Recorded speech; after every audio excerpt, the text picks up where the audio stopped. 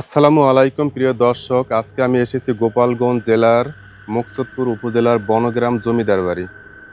দর্শক, আমি কিন্তু একেবারেই বনগ্রাম জমিদার বাড়ির কাছাকাছি আসছি। তবে আজকে ওয়েদারটা বেশি একটা ভালো না। দেখুন যে বৃষ্টি, কিছুক্ষণ আগেও বৃষ্টি হয়েছে, রোড ঘাট একেবারে ভিজে গেছে। আর এটি হচ্ছে বনগ্রাম জমিদার বাড়ির ভিতরে প্রবেশের একটা পথ।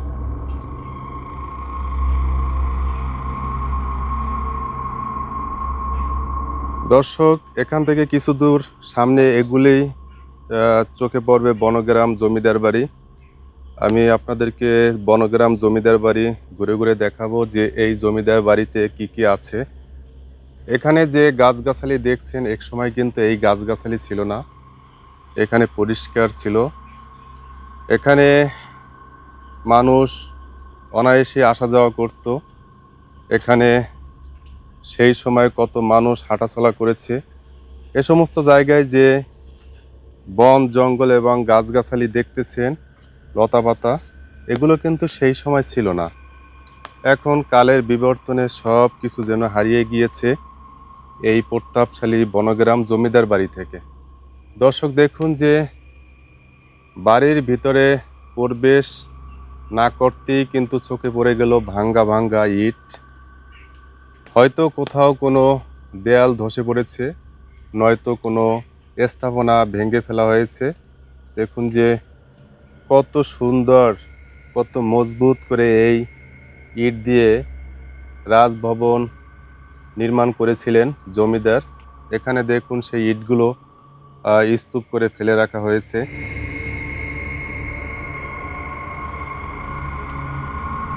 দর্শক, এখানে একটি শান বাঁধানো পুকুর রয়েছে। এটি হচ্ছে এই পুকুরের এই যে শান আছে, পাকা শান, শানের দুই পাশেই কিন্তু রয়েছে এভাবে দুটি। আর এর মাঝখানে কিন্তু দেখুন যে ফাঁকা ফাঁকা রয়েছে। হয়তো এটি দেখে মনে হয় যে এখানে কোনো তুলসী গাছ ছিল। কারণ হচ্ছে হিন্দুদের তুলসী গাছ হচ্ছে একটা পবিত্র জিনিস, তাই এখানে হয়তো তুলসী গাছ থাকতে পারে।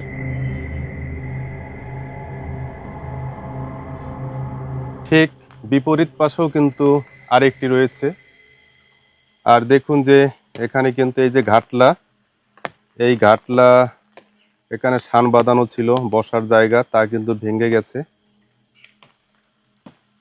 আর এপাশের বসার জায়গাটা রয়ে গেছে। পুকুরে নামার যে শান বাঁধানো ঘাটলা একেবারেই কিন্তু ভেঙ্গে ভেঙ্গে একটার উপরে একটা পড়ে গেছে। এই পাকা সিঁড়ি দিয়ে কত ওঠানামা করেছে, আর এই পুকুরে জমিদার পরিবার কত গোসল করেছে, কত সাঁতার কেটেছে। এখানে সেই আমলের কিছুই যেন এখন আর নেই।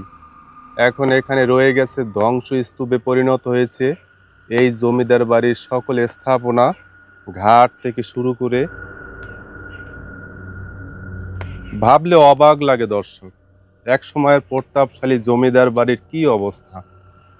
বাড়ির ভিতরে প্রবেশ করতে না করতেই চোখে পড়ে গেল ধ্বংসস্তূপে পরিণত হওয়া অনেক ইট কারি কারি করে রাখা হয়েছে।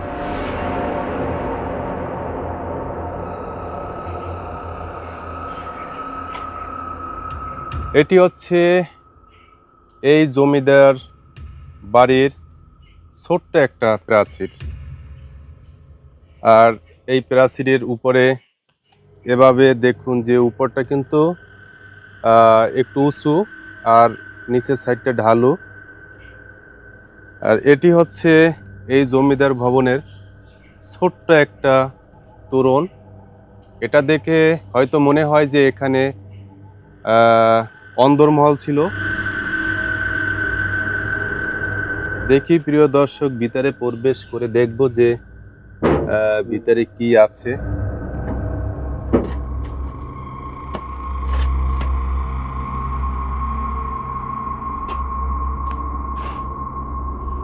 এখানে দেখুন যে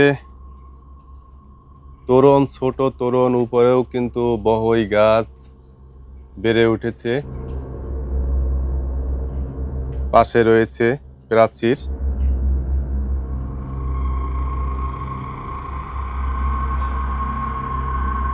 একেবারে কি বলবো, এক সময়ের প্রতাপশালী জমিদার বাড়ির অবস্থা এখন কি, সব কিছু হারিয়ে গেছে, জৌলুসও হারিয়ে গিয়েছে, সৌন্দর্য হারিয়ে গিয়েছে।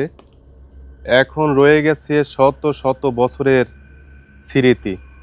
আর সেই স্মৃতিটুকু দেখার জন্য আমরা যারা ইতিহাস ভালোবাসি তারা দূর দূরান্ত থেকে ছুটে আসি। দর্শক দেখুন যে এখানেও কিন্তু স্থাপনা ছিল, সেই স্থাপনা কিন্তু একেবারে নেই, একেবারে ভেঙে গেছে, পড়ে গেছে, ছাদগুলো পড়ে গেছে, অবকাঠামো কোনো রকম টিকে আছে, আর কিছুই যেন নেই।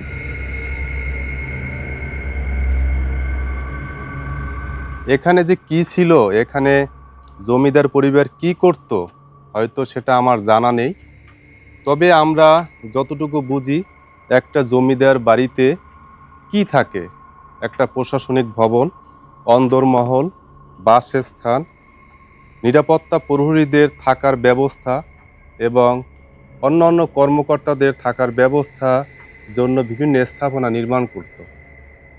হয়তো এই জমিদার ভবনের সেরকমই ছিল, কারণ তারা সে সময় ছিল ব্রিটিশদের অধীনে, তারা দেশ শাসন করত এবং এখান থেকে খাজনা, কর এগুলো তারা আদায় করে ব্রিটিশদের কাছে দিত।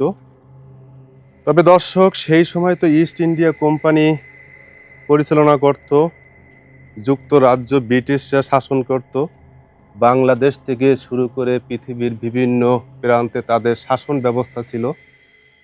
দর্শক, কালের বিবর্তনে সেই শাসন ব্যবস্থা হারিয়ে গিয়েছে, যার ফলে জমিদার বাড়িগুলো পরিত্যক্ত হয়ে পড়ে। জমিদারি প্রথা বিলুপ্ত হয়ে যাওয়ার পরেই কিন্তু জমিদার ভবনগুলো সব পরিত্যক্ত হয়ে পড়ে। আর পরিত্যক্ত হয়ে পড়ার পরেই দেখুন যে কি অবস্থা। বাংলার জমিদারগণ তারা নিরাপদে থাকার জন্য ভারতে পাড়ি জমান, কারণ সেই সময় বাংলাদেশে তাদের জন্য নিরাপদ ছিল না। এবং জমিদারি প্রথা হারানোর পর এক হচ্ছে লোক লজ্জা, মানুষের দিকে তারা তাকাতে পারতো না, সব কিছু তারা বিবেচনা করেই ভারতে পাড়ি জমান এবং জমিদার বংশধর প্রায় ভারতে বসবাস করে। আপনাদেরকে দেখাচ্ছি, এই যে ভবনটি দেখছেন, এটি কিন্তু দ্বিতলা বিশিষ্ট রাজপ্রাসাদ।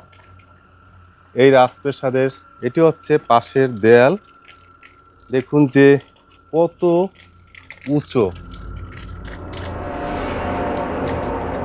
দর্শক, এখন কিন্তু ওয়েদারটা একেবারেই ভালো না, বৃষ্টি হয়েছে কিছুক্ষণ আগেও। তবে এখানে প্রত্যেকটা জানালার উপরে এক একটা মহিষের মাথা অঙ্কন করা রয়েছে, প্রত্যেকটা জানালার উপরে। দেখে মনে হয় যে মহিষের মাথাই হবে। তবে এগুলো হয়তো জানি না কি জন্য, তবে সে সময় কিন্তু জমিদার পরিবাররা যারা হিন্দু ধর্মের অনুসারী ছিল তারা কিন্তু মহিষ দিয়ে বলি দিত, মহিষ দিয়ে বলি দিত। হয়তো তারা সেই মহিষ বলি দিত, হয়তো এই জন্যই দেয়ালে বা জানালার উপরে মহিষের মাথার ছবি রয়েছে অঙ্কন করা। দেখুন যে এখানে যে গ্রিলটা দেখছেন, এই যে গ্রিলটা, এটা কিন্তু সেই 425 বছর আগের।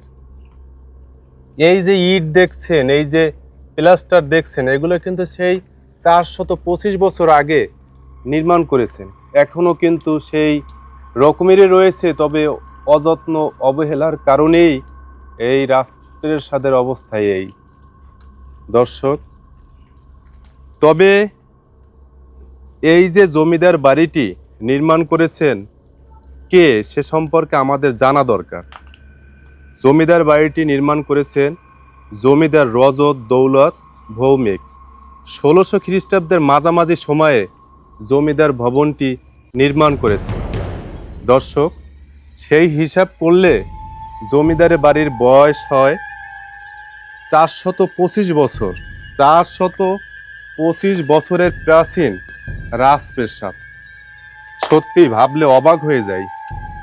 তবে দর্শক, এখানে কিন্তু একটা বিশাল গুইসাপ রয়েছে এই জঙ্গলের ভিতরে। এই জঙ্গলটার ভিতরে আমি দেখেছি, আসার সাথে সাথেই কিন্তু চলে গেছে এই জঙ্গলের ভিতরে। দেখুন, এখন বৃষ্টি যে হয়েছে, এখানে কিন্তু পানি জমে গেছে। আর এই যে ছোট্ট একটা উঠান দেখেন, জঙ্গলে পরিণত হয়েছে। এই উঠান কিন্তু সেই সময় এভাবে ছিল না, সে সময় কিন্তু একেবারে পরিষ্কার ছিল। আর এখানে কত মানুষ হাঁটাচলা করত। আর দেখুন যে এই উঠানের পাশেই কিন্তু, তার পাশেই রয়েছে এই জমিদার বাড়ির স্থাপনাগুলো।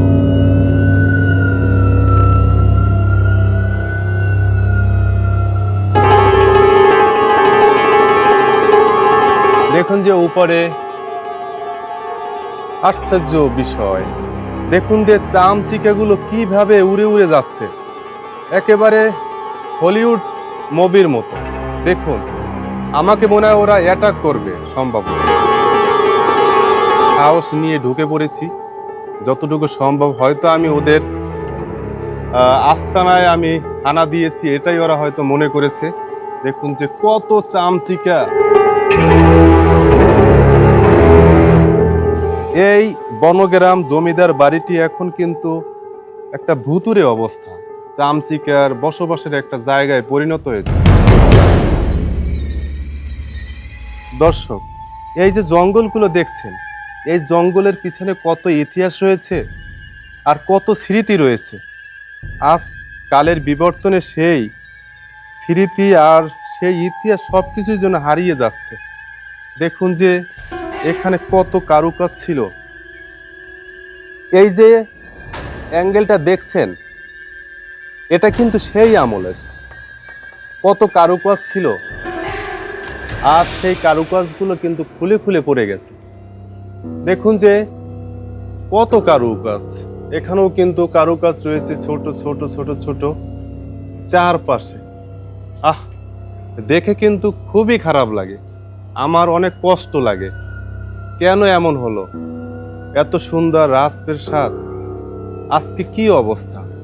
যেখানে দরবার ছিল, যেখানে কত বিচার হতো, যেখানে শাসন ব্যবস্থা ছিল, এখানে তাদের একটা জোরালো শাসন ব্যবস্থা ছিল। তাদের কথা কেউ অমান্য করলে তার আর রেহাই ছিল না, তার সাজা হতো। দেখুন যে লা ইলাহা ইল্লাল্লাহ মুহাম্মাদুর রাসূলুল্লাহ, দেখুন যে কত চামচিকা ভরে গেছে। দেখুন, একেবারে ভয় লাগে, লক্ষ লক্ষ চামচিকা। দেখুন যে কি একটা অবস্থা।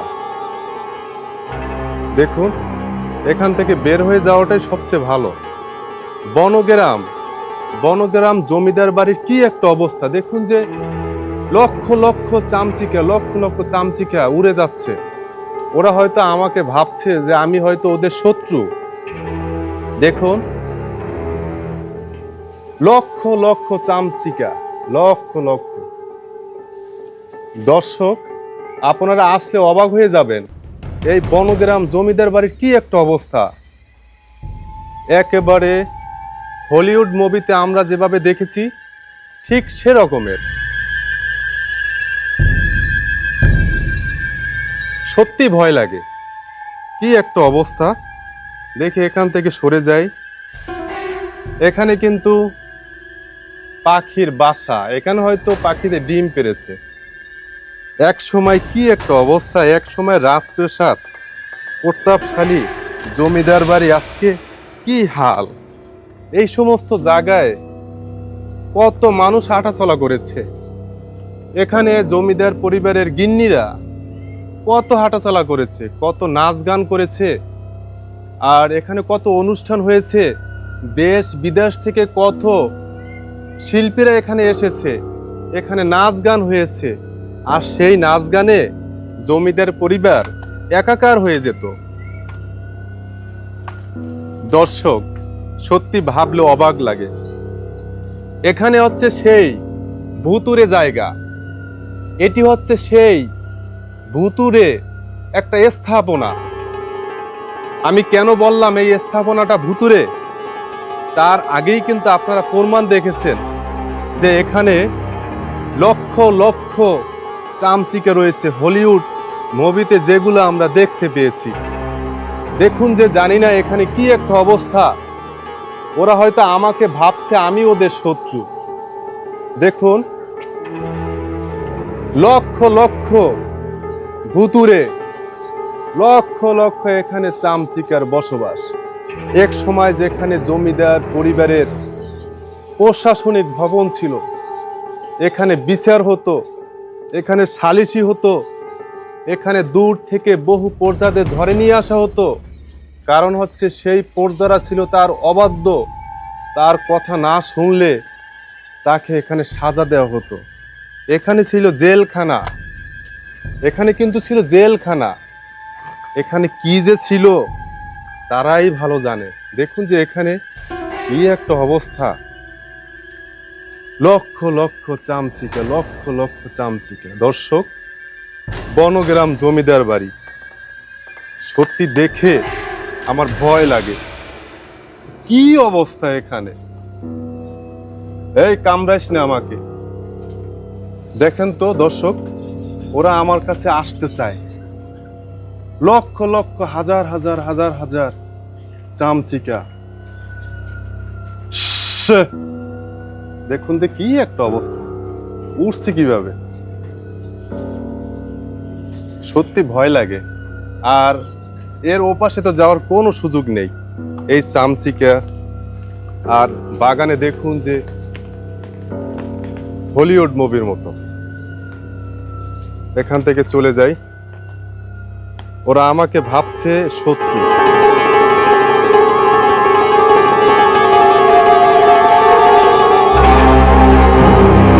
দেখুন যে পুরো বাড়িতে কিন্তু চামচিকে ভরে গেছে, পুরো বাড়িতে।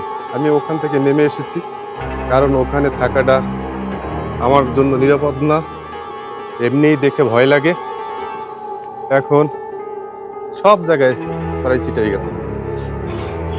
আর দর্শক, এটি হচ্ছে একটি মন্দির সম্ভবত। কাছে গিয়ে দেখি, এখানে কিন্তু দেখুন যে অনেক ছাদের ভাঙ্গা ভাঙ্গা অংশ, সেগুলো কিন্তু দেখুন যে স্তূপে পরিণত হয়েছে। এখানে হয়তো এই মন্দিরের এক অংশ ভেঙে গেছে। এখানে কিন্তু দেখুন যে কত চামচিকা। এই যেগুলো দেখছেন এই বাড়িতে সব চামচিকা, সব চামচিকা, লক্ষ লক্ষ চামচিকা, লক্ষ লক্ষ কোটি কোটি চামচিকা। দেখুন, এগুলো সব উড়ে বেড়াচ্ছে। সত্যি অনেক ভয় লাগে। এখানে আজকে ওয়েদারটা ভালো না, একা এসেছি, কিন্তু আসলে কত জায়গায় যে আমি একা একা গেলাম, কত ভয়ের জায়গা, আল্লাহ আমাকে রক্ষা করেছে। দেখুন যে এই মন্দিরের ভিতরে কিন্তু একেবারে মানে ধ্বংসস্তূপে পরিণত হয়েছে। আর এর সামনে দেখুন যে কি অবস্থা, জানি এখানেও কিন্তু মন্দিরের সামনে স্থাপনা ছিল, তাও কিন্তু ভেঙে গেছে। খুঁটিগুলো দেখা যায়, পিলারগুলো। আর উপরে কিন্তু সিংহ রয়েছে। আহ, সত্যি দেখে খুবই খারাপ লাগে। কত দাপট ছিল তাদের, আর কতটা গৌরবের সাথে এই এলাকা তারা শাসন করেছে। এখানে আছে মূর্তি, আছে মানুষের, ওই পাশেও আছে দুটি মূর্তি, মাঝখানে রয়েছে সিংহ দুটি। চিন্তা করুন একবার যে কতটা তারা এখানে শক্তি সঞ্চয় করেছিল। তারা কোনোদিনও ভাবেনি যে তাদের এই ক্ষমতা একদিন চলে যাবে, তাদের হয়তো এই এলাকা ছেড়ে যেতে হবে, এটা তারা কোনো দিনও ভাবেনি দর্শক। কারণ হচ্ছে এই জমিদার, যার নাম রজত দৌলত ভৌমিক। রজত দৌলত ভৌমিক কেমন জমিদার ছিলেন জানেন? আমি আপনাদেরকে শোনাবো। প্রিয় দর্শক, এই জমিদারের দুটি ময়ূরপঙ্খী সাম্পান নৌকা ছিল, আর সেই ময়ূরপঙ্খী সাম্পান নৌকায় চড়ে তিনি তার রাজ্যের বিভিন্ন জায়গায় যেতেন এবং প্রজাদের কাছে তিনি পৌঁছাতেন। এমনকি তিনি এখান থেকে ভারত পর্যন্ত গিয়েছিলেন সেই সাম্পান নৌকায় চড়ে। চিন্তা করছেন? আর সেই ময়ূরপঙ্খী সাম্পান নৌকা কিন্তু ছোট ছিল না, সেটা কিন্তু সেই দুইটি সাম্পান নৌকা ছিল কিন্তু অনেক বড়। আর তার সাথে যেত কারা জানেন? বড় বড় অতিথিরা বিভিন্ন দেশ থেকে আসতো তার আমন্ত্রণে। সেই অতিথিদের নিয়ে তিনি বিভিন্ন জায়গায় যেতেন, রাজ্যে ঘুরে বেড়াতেন, শাসন ব্যবস্থা করতেন। এমনকি ব্রিটিশ যারা আসতেন, ব্রিটিশদেরকেও নিয়ে তিনি বিভিন্ন জায়গায় ঘুরতে যেতেন। আজকে কালের বিবর্তনে সেই পঙ্খিরাজ সাম্পান নৌকা কোথায় চলে গেল? কোথায় গেল তার সেই শাসন ব্যবস্থা? আর কোথায় তিনি চলে গেলেন? আজ পড়ে রয়েছে সেই প্রতাপশালী জমিদার বাড়ির স্থাপনাগুলো। তবে জমিদার রজত দৌলত ভৌমিক তিনি 10,000 একর জমির উপরে এই রাজপ্রাসাদ নির্মাণ করেছিলেন। বুঝতেই তো পারছেন দর্শক, এই বাড়িটা কতটা বড় ছিল, এই বাড়িতে কতটা স্থাপনা ছিল। এই বাড়ির 10,000 একর সম্পত্তি নিয়ে তিনি এই বাড়িটি নির্মাণ করেছেন। তাহলে আমরা বুঝতে পারি যে তিনি কতটা প্রতাপশালী জমিদার ছিলেন, তিনি কতটা দাপটের সাথে এই জমিদার বাড়ির এবং এই এলাকাগুলো তিনি শাসন করেছেন।